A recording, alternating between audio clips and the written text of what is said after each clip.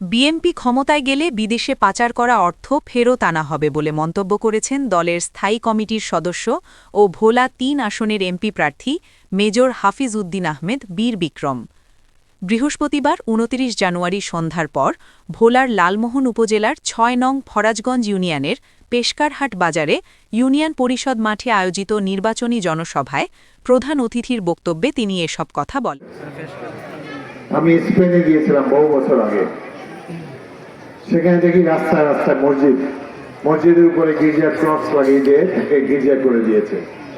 ৭০০ বছর স্পেনের মতো শিল্পোন্নত দেশ মুসলমানদের অধীনে ছিল। আজকে আমরা যেহেতু বিবাদ বিসম্বাদে লিপ্ত, মুসলমানদের মধ্যে কোনো ঐক্য নাই, সেই জন্যই পাশের দেশ ভারত আমাদের উপর অত্যাচার করতে সমর্থ হয়েছে। মেজর হাফিজ বলেন, হাসিনার আমলে নির্বাচনের নামে প্রহসন করে ক্ষমতায় গিয়ে গত ১৭ বছরে দেশের হাজার হাজার কোটি টাকা লুটপাট করে বিদেশে পাচার করা হয়েছে। দেশের উন্নয়নের পরিবর্তে নিজেদের ভাগ্য গড়তেই তারা ব্যস্ত ছিল। তিনি অভিযোগ করেন, এসব অনিয়মের বিরুদ্ধে কেউ প্রতিবাদ করলে তাকে গুম ও হত্যা করা হয়েছে। তিনি আরও বলেন, আয়নাঘরের মতো নির্যাতন কেন্দ্র তৈরি করে গভীর রাতে নদীর পাড়ে নিয়ে গুলি করে হত্যা করা হয়েছে। র‍্যাব ও সেনাবাহিনীর কিছু কুলাঙ্গার এসব অপকর্মে জড়িত ছিল। একই সঙ্গে তিনি অভিযোগ করেন, তৎকালীন এক ভূমি প্রতিমন্ত্রী লন্ডনে ৩১০টি বাড়ি করেছেন। মেজর হাফিজ বলেন, স্বাস্থ্যসেবার জন্য কমিউনিটি ক্লিনিক করা প্রয়োজন। এই ফরাজগঞ্জ ইউনিয়নে আরো কমিউনিটি ক্লিনিক দরকার। এখন ডাক্তাররা বাংলাদেশের শর্ট, অনেকে বিদেশে চলে যায়। আজকে আমার কাছে লালমোহন থানার ডাক্তার শাহাদাত আমার কাছে আসছিলেন। এখানে কেউ লালমোহনে থাকতে চায় না, সবাই ঢাকায় থাকতে চায়, যার ফলে লালমোহন হাসপাতালে চিকিৎসকের অনেক কমতি আছে।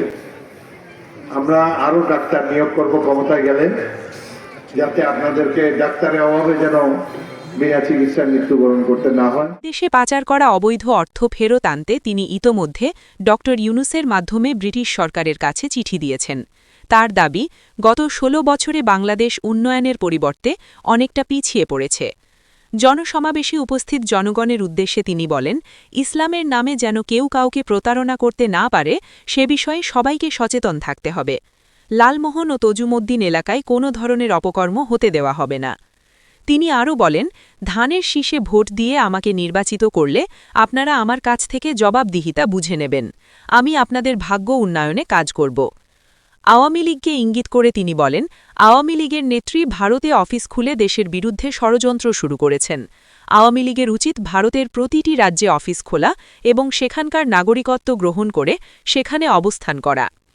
ফরাজগঞ্জ ইউনিয়ন বিএনপির সভাপতি গিয়াস উদ্দিনের সভাপতিত্বে অনুষ্ঠিত জনসভায় বিশেষ অতিথি হিসেবে বক্তব্য রাখেন উপজেলা বিএনপির সভাপতি মোহাম্মদ জাফর ইকবাল, সাধারণ সম্পাদক শফিকুল ইসলাম বাবুল।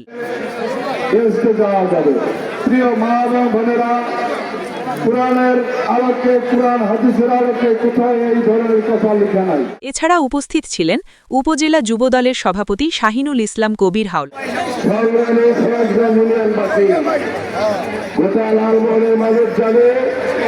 এই ফরাজগঞ্জের মাটি ও মানুষ ধানের শীষের কান্ডারি মেজর হাফিজ উদ্দিন আহমেদ বীর বিক্রমের কান্ডারি, বিএনপির কান্ডারি সহ বিএনপি ও অঙ্গ সংগঠনের বিভিন্ন স্তরের নেতাকর্মীরা।